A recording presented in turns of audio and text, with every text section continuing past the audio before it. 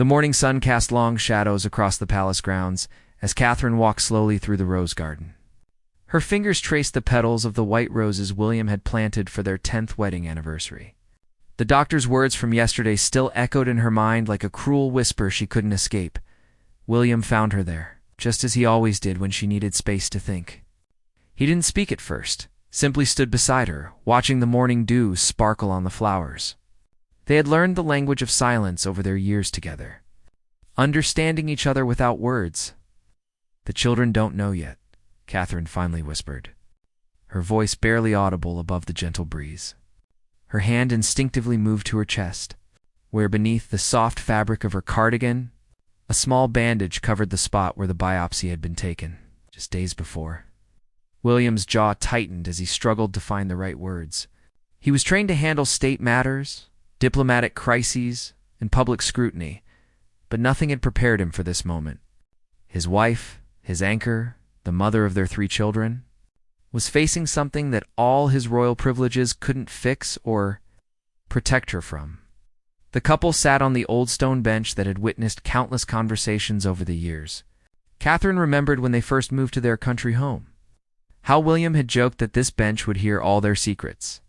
Now it held their heaviest one. "We'll face this together," William said, taking her hand in his. His voice cracked slightly, revealing the fear he was trying so hard to hide. "Whatever comes next, we face it together." Catherine squeezed his hand, drawing strength from his touch. She thought about Charlotte asking why Mummy looked so tired lately. It's about Louis wanting her to read him bedtime stories, about George practicing his piano pieces to impress her. The normalcy of their family life felt both precious and fragile. A palisade appeared at the garden gate. Hesitating to interrupt the private moment, William noticed and gave a subtle nod, understanding that duty called even in their darkest hours. There were meetings to attend, appearances to make, a carefully orchestrated public life that must continue even as their private. Worlds shifted beneath their feet as they walked back toward the palace. Catherine paused to look at the family photos displayed in the hallway. Images of happier times smiled back at her. Moments frozen in time when the biggest worry was George's first day at school or Charlotte's dance recital. She wondered how many more such moments they would have. The weight of keeping this secret pressed down on both of them. In a few hours, William would need to smile for the cameras at a charity event, and Catherine would need to review plans for upcoming engagements, all while carrying this burden that felt too heavy to bear alone. That evening, as they tucked their children into bed, each goodnight kiss felt more precious. Catherine lingered a moment longer in each room, memorizing the peaceful expressions on their sleeping faces. William stood in the doorway of Louis's room, watching his youngest son clutch his favorite stuffed animal, and felt his heart break a little more. Later that night, they sat in their private sitting room, the fire crackling softly in the grate. No cameras, no staff, no royal protocol. It's just 2 people who had found love against all odds and were now facing the possibility of losing it all. The silence stretched between them, filled with unspoken fears and desperate hopes. Catherine picked up the photo from their wedding day that sat on the side table. They looked so young, so certain that love could conquer anything. "Do you remember what you whispered to me at the altar?" she asked, her thumb tracing over their younger faces. William smiled through his tears. "That I would love you through every storm." He moved closer to her on the sofa, pulling her into his arms. "I meant it then, and I mean it now." Outside, the palace grounds were quiet, except for the distant sound of traffic from London. Inside, 2 hearts beat in synchronization.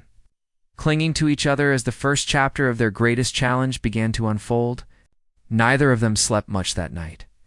Both lost in thoughts of what tomorrow might bring, and how they would protect their family from the storm that was coming.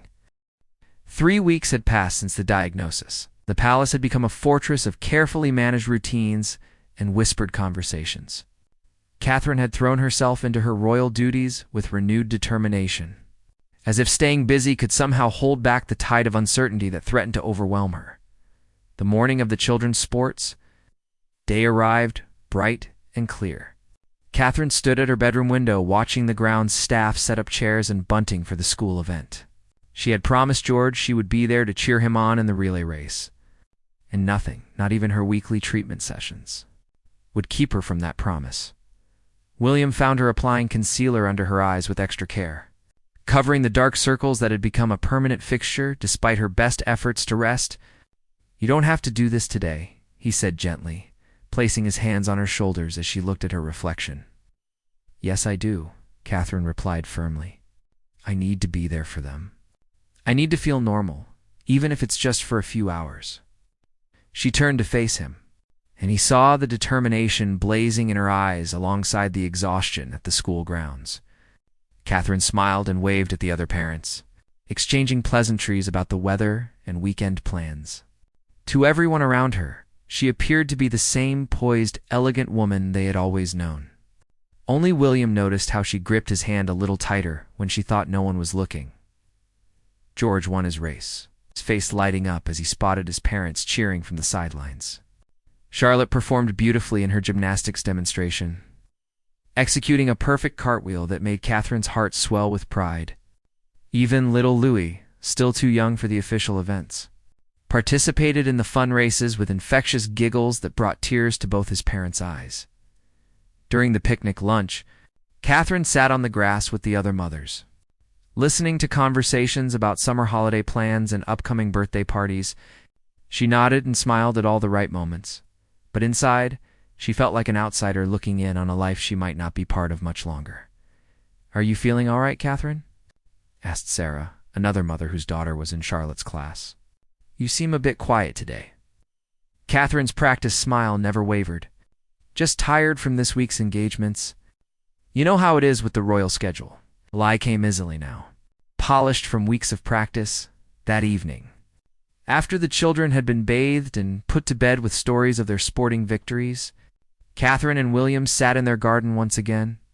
The summer air was warm, and the scent of jasmine filled the space between them. "I want to tell my parents," Catherine said suddenly, breaking the comfortable silence. "And yours. They deserve to know before—" She trailed off, unable to finish the sentence. William nodded slowly. "We'll arrange for them to come this weekend. A quiet family gathering, nothing unusual." He paused, then added, "What about the children?" Catherine had been dreading this conversation, but she knew it was inevitable. "Charlotte's been asking questions about why I'm tired so much. She's too observant for her own good, just like you were at that age." A small smile played at her lips as she remembered the stories William's father had told her about his son's endless curiosity as a child. "We'll tell them together," William decided.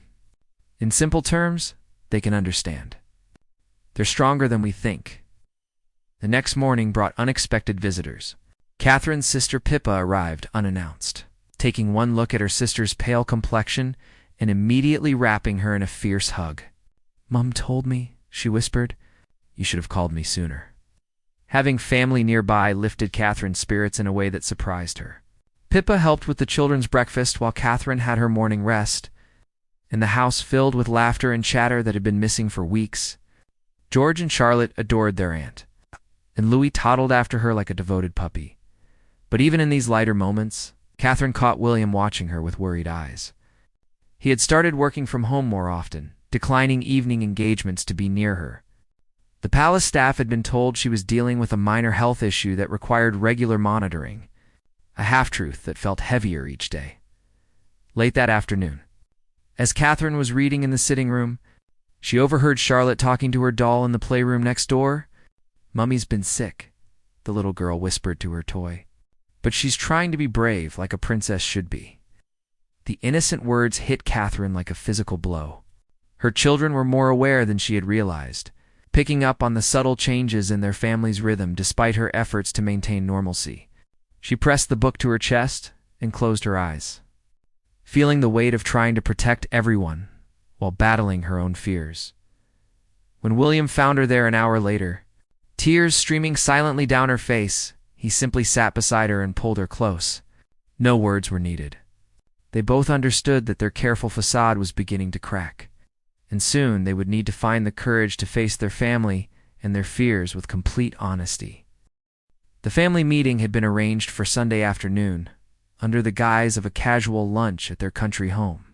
Catherine stood in the kitchen, mechanically arranging flowers in a vase, while her mind raced with the words she would soon have to speak.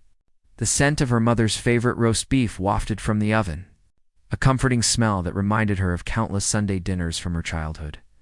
William's parents arrived first, followed closely by Catherine's family.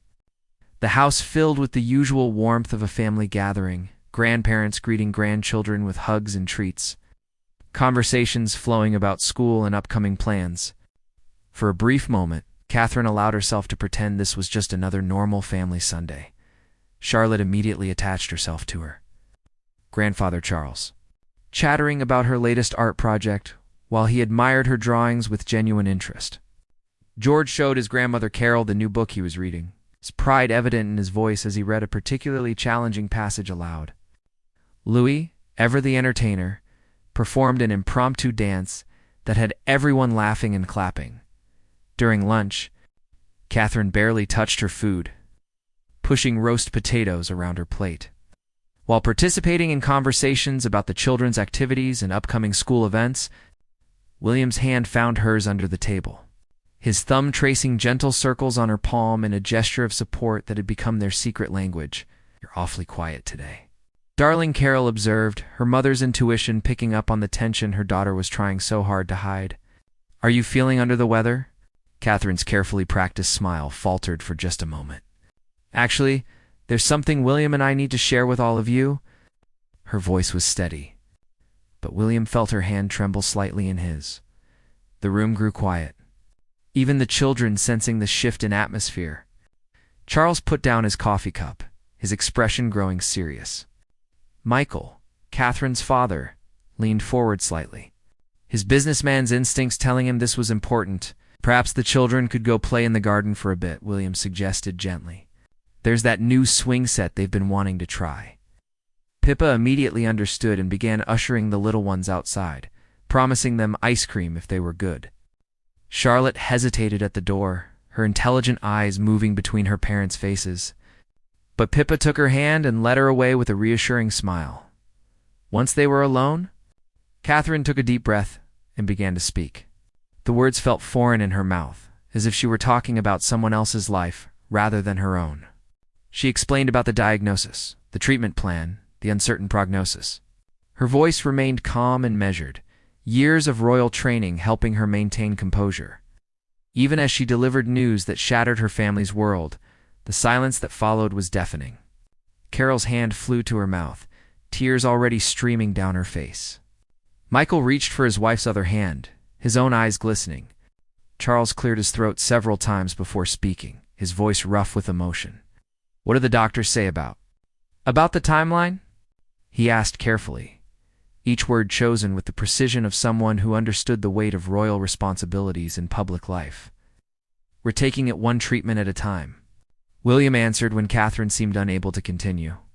"The important thing now is staying positive and focusing on family time." Camilla, who had been quietly absorbing the news, spoke up softly. "What can we do? How can we help with the children, with your duties?"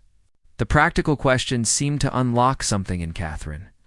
She began talking about the need to maintain normalcy for George, Charlotte, and Louis, about the importance of keeping the diagnosis private for as long as possible, about the delicate balance between treatment and public appearances. "The children will need stability," she said, her voice growing stronger as she focused on her maternal instincts. "They'll need to know that even if things change, they'll still be loved and protected." Through the garden windows, they could see the three children playing on the new swing set, their laughter carrying on the warm afternoon breeze. Charlotte was helping Louis onto the smaller swing while George practiced his football skills nearby. The scene was so perfectly normal, so beautifully ordinary, that it made the gravity of their situation even more poignant. "We'll need to tell them soon," Catherine continued, watching her daughter's patient care with her youngest brother. "They're already sensing that something's different. Children are more perceptive than we give them credit for." The grandparents began making immediate plans. Carol offered to move closer temporarily to help with daily routines. Charles suggested adjusting the royal calendar to reduce Catherine's public commitments without raising suspicion. Everyone wanted to do something, anything, to help carry the burden that felt impossibly heavy, As the afternoon wore on, initial shock began to give way to determination. This was a family that had weathered storms before, and they would weather this one together. Plans were made for more frequent visits, for shared responsibilities, for creating as many precious memories as possible while they still could. When the children came back inside, grass-stained and happy, they found their parents and grandparents in the sitting room sharing photo albums and telling stories. Charlotte climbed onto Catherine's lap, while George leaned against William's shoulder, and Louis settled contentedly on his grandfather, Charles's knee. Looking around the room at these faces she loved so dearly, Catherine felt a fierce protectiveness rise in her chest. Whatever came next, she would fight for these moments, for this family, for every precious day they had together. The battle ahead would be difficult, but she wouldn't face it alone. The summer days grew shorter as autumn approached, and with each passing week, Catherine's strength seemed to ebb away like the fading daylight. The treatments were taking their toll, despite her determined efforts to maintain her usual grace and composure. William watched helplessly as the woman, who had always been his source of strength, struggled to climb the stairs that she had once taken, 2 at a time. It was during the first week of September that Catherine made the decision that would change everything. She had spent the morning in bed, too weak to join the family for breakfast. Listening to the sounds of William getting the children ready for school, Charlotte's voice drifted up from the kitchen, asking why Mummy wasn't feeling well again, and William's patient explanation that she was just very tired. When he returned from the school run, William found Catherine sitting at her dressing table, staring at her reflection with an expression he had never seen before. Her hair, once thick and lustrous, had begun to thin from the treatments. Her cheekbones were more prominent now, her clothes hanging loose on her diminishing frame. "I need to step back from my royal duties," she said quietly, not turning to face him. "Officially, we can't keep pretending everything is normal." William's heart clenched, understanding the magnitude of what she was saying. For Catherine, being unable to fulfill her royal responsibilities wasn't just about missing events. It was about feeling like she was failing in her duty to the people who had embraced her as their future queen. The people deserve better than half-hearted appearances and canceled engagements, she continued, her voice steady, despite the tears threatening to fall. And the children deserve a mother who isn't pretending to be stronger than she is. They spent that morning making phone calls to palace officials, crafting a statement that would explain Catherine's temporary withdrawal from public life. Without revealing the full extent of her condition, the official announcement would cite ongoing health concerns, requiring extended rest and treatment. Words carefully chosen to be truthful without being alarming, the children took the news of their mother's reduced schedule surprisingly well. Charlotte, now 8 and wise beyond her years, simply nodded and asked if this meant Mummy could help with her homework more often. George, ever protective of his family, asked if there was anything he could do to help. Even little Louis, at 4, seemed to understand that Mummy needed extra hugs and quiet time. As October arrived with its crisp air and golden leaves, the family settled into new rhythms. Catherine's days were punctuated by rest periods and gentle activities with the children. She discovered a renewed appreciation for simple pleasures, reading stories by the fireplace, helping with homework at the kitchen table, watching William teach the children to ride their bikes in the garden. One particularly beautiful afternoon, as Catherine sat wrapped in a blanket watching Charlotte and Louis build fairy houses from fallen leaves, her daughter approached with a concerned expression. "Mummy, are you very sick?" Charlotte asked with the direct honesty that only children possess. Catherine pulled her daughter close, breathing in the sweet scent of her hair. "Yes, sweetheart, I am quite sick. But the doctors are helping me, and I'm fighting very hard to get better. Will you get better?" Charlotte's voice was small, vulnerable. "I'm doing everything I can," Catherine replied, choosing her words carefully. "But the most important thing is that I love you and Daddy and George and Louis more than anything in the whole world. And that will never change, no matter what happens." I love it. Then surprised her mother by saying, "I've been drawing you pictures to make you feel better. Daddy said that when people we love are sick, we show them extra love." That evening, as Catherine tucked Charlotte into bed, She found the little girl's desk drawer filled with dozens of drawings.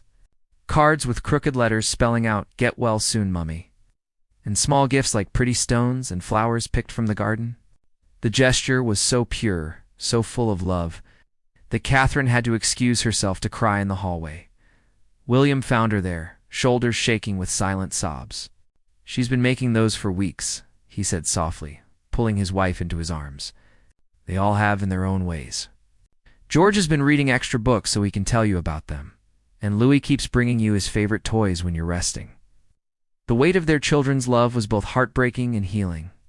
Catherine realized that in trying to protect them from her illness, she might have been robbing them of the chance to show their strength and compassion. These little people she had helped create were proving to be far more resilient and wise than she had given them credit for. As the weeks passed, Catherine began to include the children more in her daily reality. She let them help her organize her pill schedule, turning it into a game with colorful charts and stickers. She taught them gentle massage techniques for her aching hands and feet.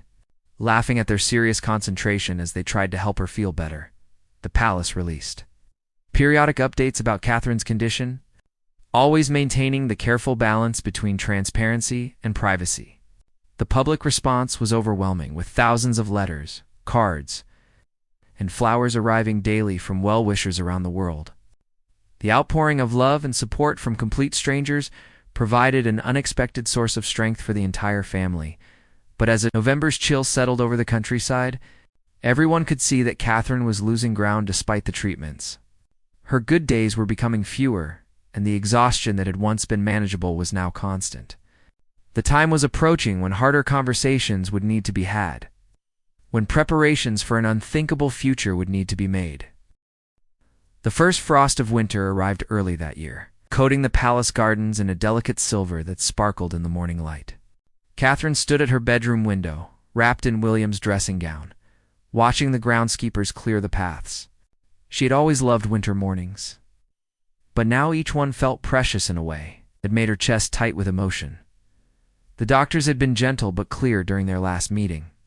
The treatments weren't working as hoped, and it was time to consider comfort over cure. The words hung in the air like the frost outside, beautiful and devastating in their clarity. Catherine had nodded calmly during the appointment, asked practical questions about pain management and timelines, but inside she felt like she was drowning. How long? William had asked the question she couldn't bring herself to voice. "Months, not years," came the quiet reply. "Perhaps through spring, if we're fortunate." Spring. Catherine thought about the bulbs she and the children had planted just weeks ago. Daffodils and tulips that would bloom without her there to see them. The thought wasn't bitter anymore. It's just sad in a way that settled deep in her bones. William had been a tower of strength through everything. But that night, she found him in his study, head in his hands, shoulders shaking with the weight of grief he couldn't share with anyone else. Catherine went to him without a word, and they held each other in the darkness. Two people who had promised to face everything together now confronting the one thing that would separate them. The conversation with the children was planned for a quiet Sunday morning after breakfast. Catherine had spent days thinking about the right words, practicing in her mirror, asking the pediatric counselor for advice on how to explain death to minds so young and pure.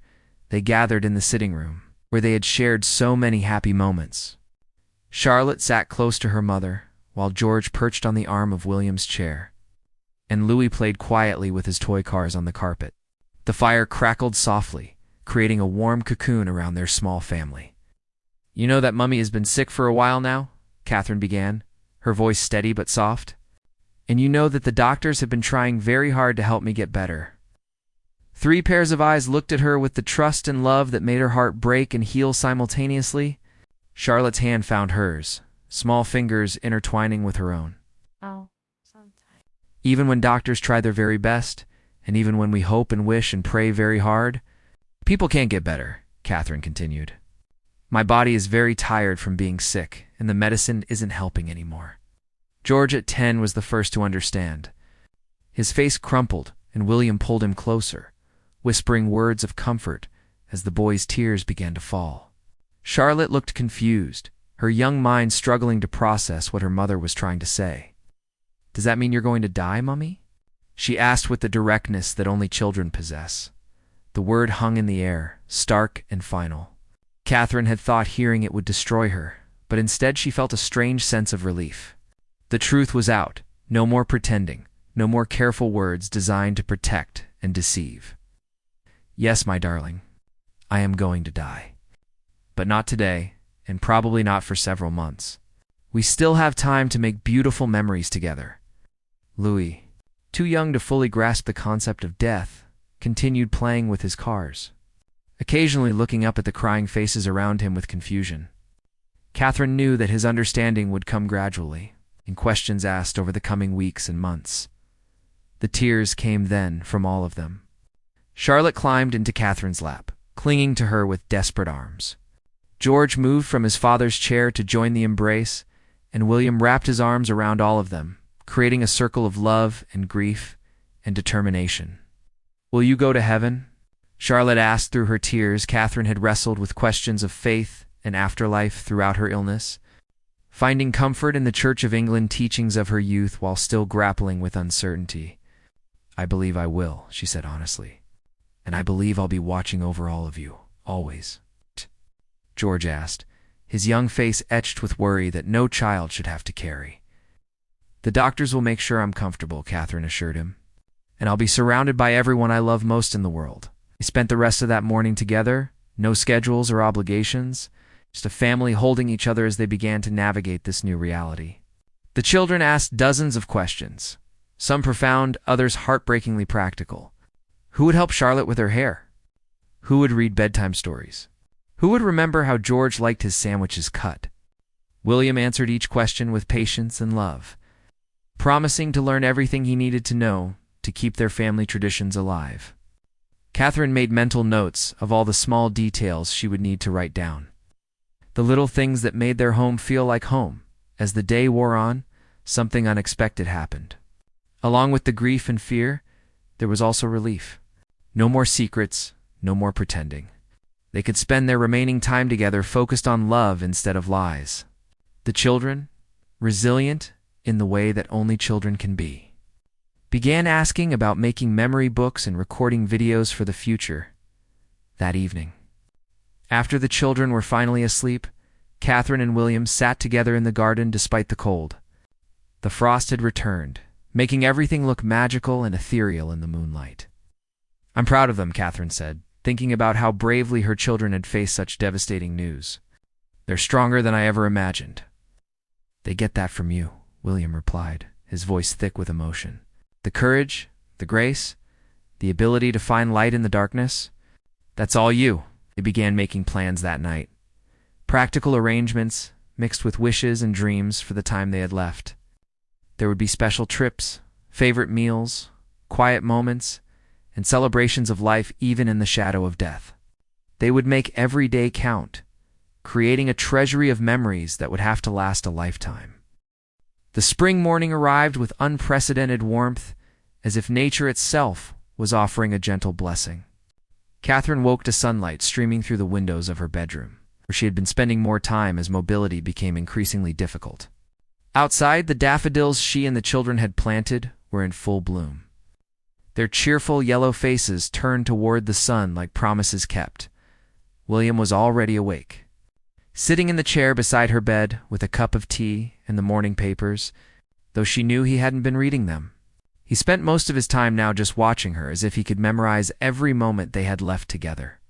The children are having breakfast in the garden, he said softly, seeing that she was awake. Charlotte insisted on picking flowers for your bedside table. Catherine smiled, the expression taking more effort than it once had, but still lighting up her face with genuine joy. These past few months had been filled with such moments, small gestures of love that meant everything. George had taken to reading her passages from his favorite books each evening. Louis, now understanding more about what was happening, brought her his most treasured possessions as gifts. Tiny acts of generosity that broke and mended her heart simultaneously. The palace had released a statement the week before, acknowledging that Catherine's condition had worsened and asking for privacy during this difficult time. The response from the public had been overwhelming, with vigils being held in churches across the Commonwealth, flowers piling up outside palace gates, and messages of love arriving from every corner of the world. "There's something I need to ask you," Catherine said, her voice weak but determined. William set down his tea and moved to the bed, taking her hand in his. "The children's birthdays, Christmas, their graduations, their weddings. I need you to promise me you'll make them magical." "Promise," William whispered, bringing her hand to his lips. "And I need you to fall in love again someday," she continued, seeing him start to protest. "Not today, not tomorrow, but when you're ready.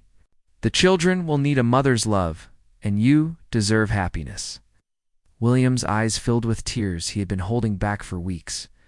"I don't know how to do this without you." "You'll learn," Catherine said, with the quiet confidence that had first attracted him to her all those years ago. "You're stronger than you know, and you won't be alone. Our families will help, and the children will teach you as much as you teach them." A soft knock at the door interrupted them, and Charlotte's head peeked around the corner. "Mummy, we brought you flowers and toast with honey. Just how you like it?" Three children filed in.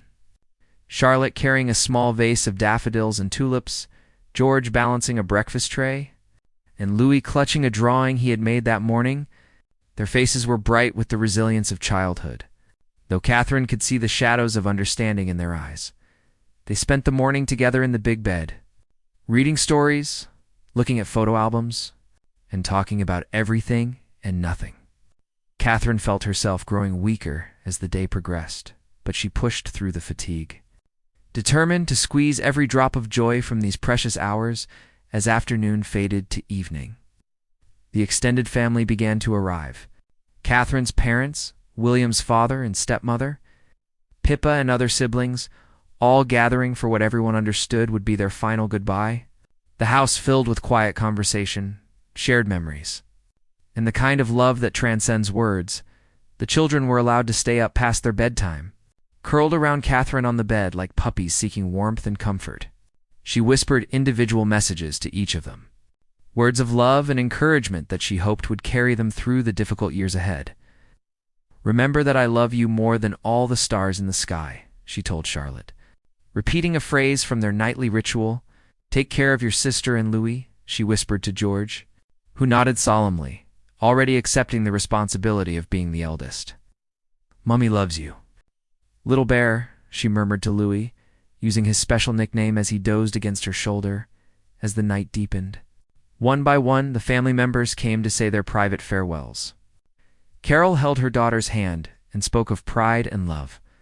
Michael, ever the strong father, broke down as he thanked Catherine for making his family complete. Charles, setting aside royal protocol, kissed her forehead and called her the daughter he had always wanted. Finally, it was just William and Catherine as it had been in the beginning. He lay beside her, holding her close as her breathing became more labored.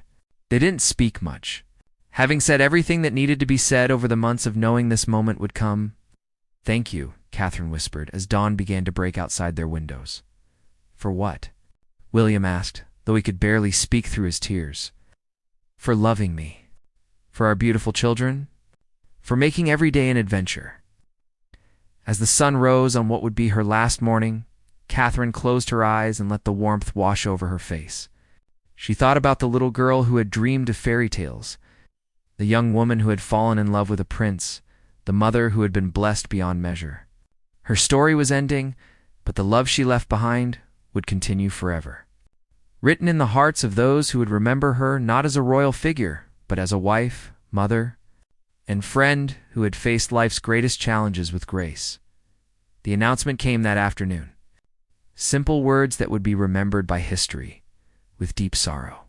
"It is announced that Her Royal Highness, the Princess of Wales, died peacefully this morning, surrounded by her loving family.